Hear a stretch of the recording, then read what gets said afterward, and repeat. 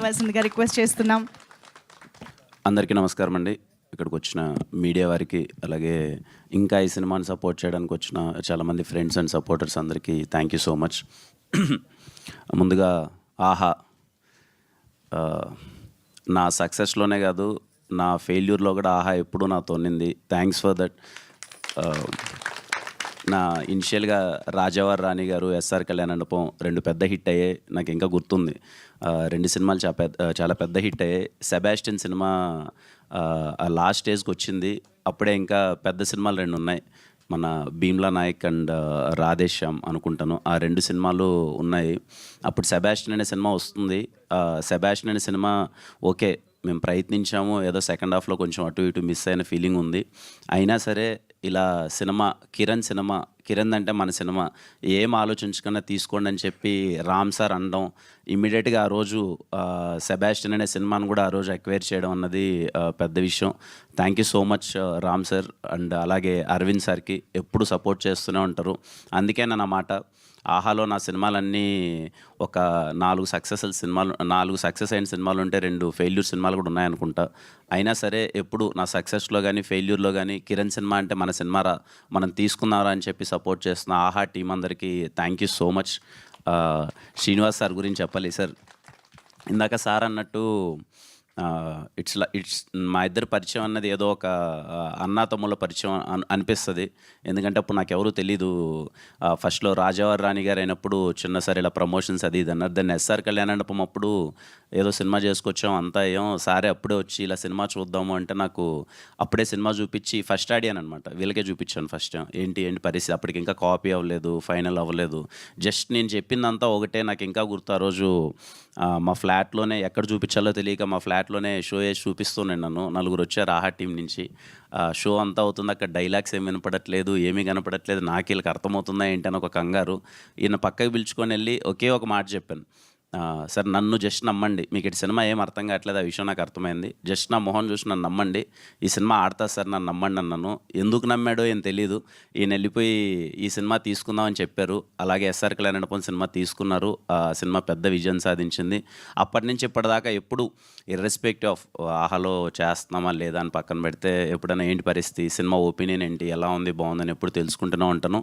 ఈయన కూడా నిజంగానే ఒక తమ్ముడికి కదా మంచి జరగాలన్నట్టు, బాగుంటే బాగుంది, బాగాలేకపోతే బాగాలేదని చెప్పడం, ఇలాంటివి చేస్తే బాగుంటుందని డిస్కషన్ అయింది. థ్యాంక్స్ సార్, వెరీ హ్యాపీ మీతో అసోసియేట్ అయినందుకు. ఇంకా తిమ్మరాజుపల్లి టీవీ, చాలా సంతోషంగా ఉన్నాం తిమ్మరాజుపల్లి టీవీ విషయంలో. ఎందుకో మొదలుపెట్టినప్పటి నుంచి ఇప్పటిదాకా మొత్తం అంతా పాజిటివ్గానే ఉంది. పర్టికులర్లీ నేను పర్సనల్గా చాలా మంచి సాటిస్ఫాక్షన్ ఇచ్చిన ఫిలిం నాకు తిమ్మరాజుపల్లి. వెరీ స్మాల్ బడ్జెట్తో, ఫస్ట్ క్వశ్చన్, ఇంత చిన్న బడ్జెట్తో ఇప్పుడున్న టైంలో ఒక సినిమాని అచీవ్ చేయగలమా అన్నది ఫస్ట్ క్వశ్చన్. అది మా టీం అందరూ అచీవ్ చేసేలా చేశారు. వీళ్ళందరి సపోర్ట్ వల్లనే అయింది.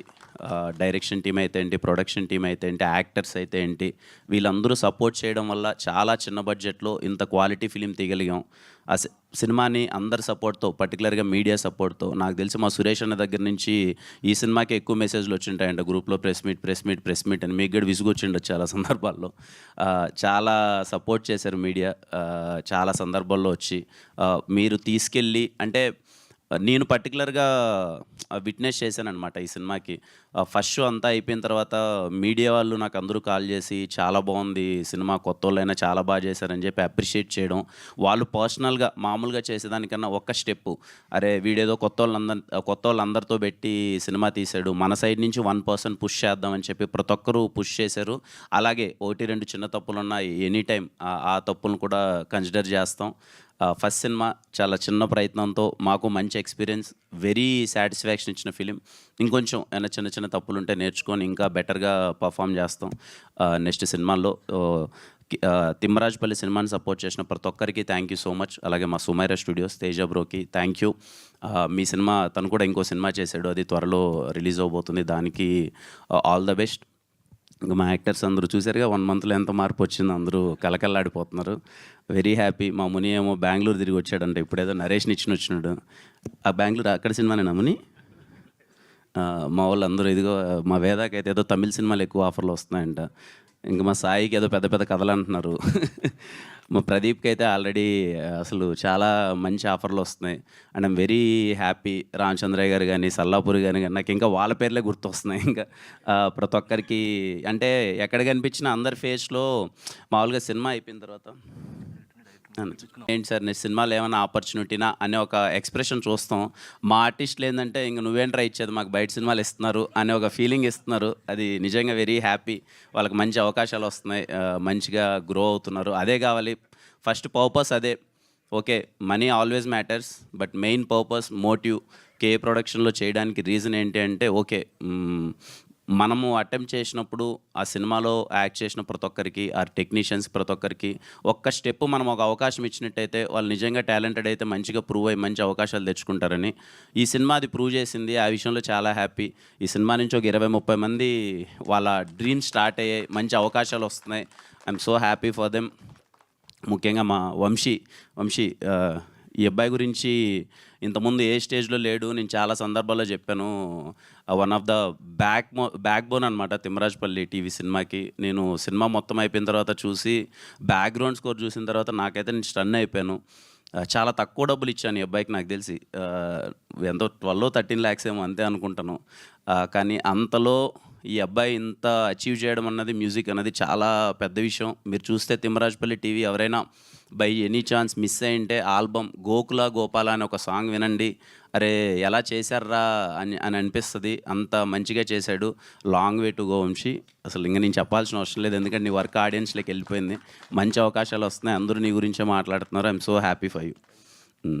థ్యాంక్ యూ అండి. ఇంకా యా, రేపు రిలీజ్ అవుతుంది May 15th తిమ్మరాజుపల్లి సినిమా. థియేటర్లో చూశారు, అలాగే థియేటర్లో చూడని చాలామంది ఉన్నారు.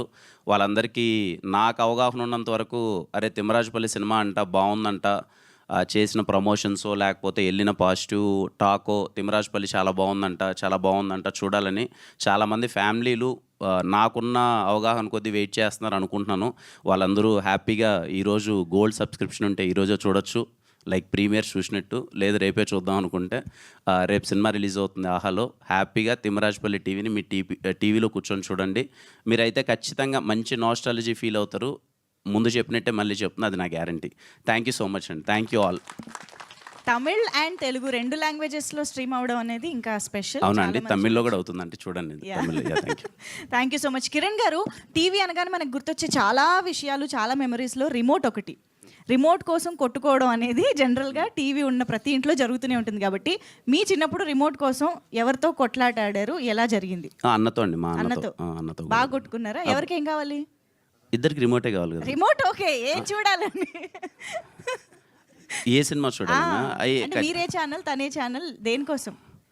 అలా ఏ లేదండి. అప్పుడు ఈ పాటలు ఎక్కువ వచ్చేటి కదా, నేనేమో పాటలు ఎక్కువ వినాలని. మా మ్యూజిక్లో, జెమినీ మ్యూజిక్లో పాటలు వచ్చేటి కదా, నేను ఎక్కువ పాటలు వినాలని.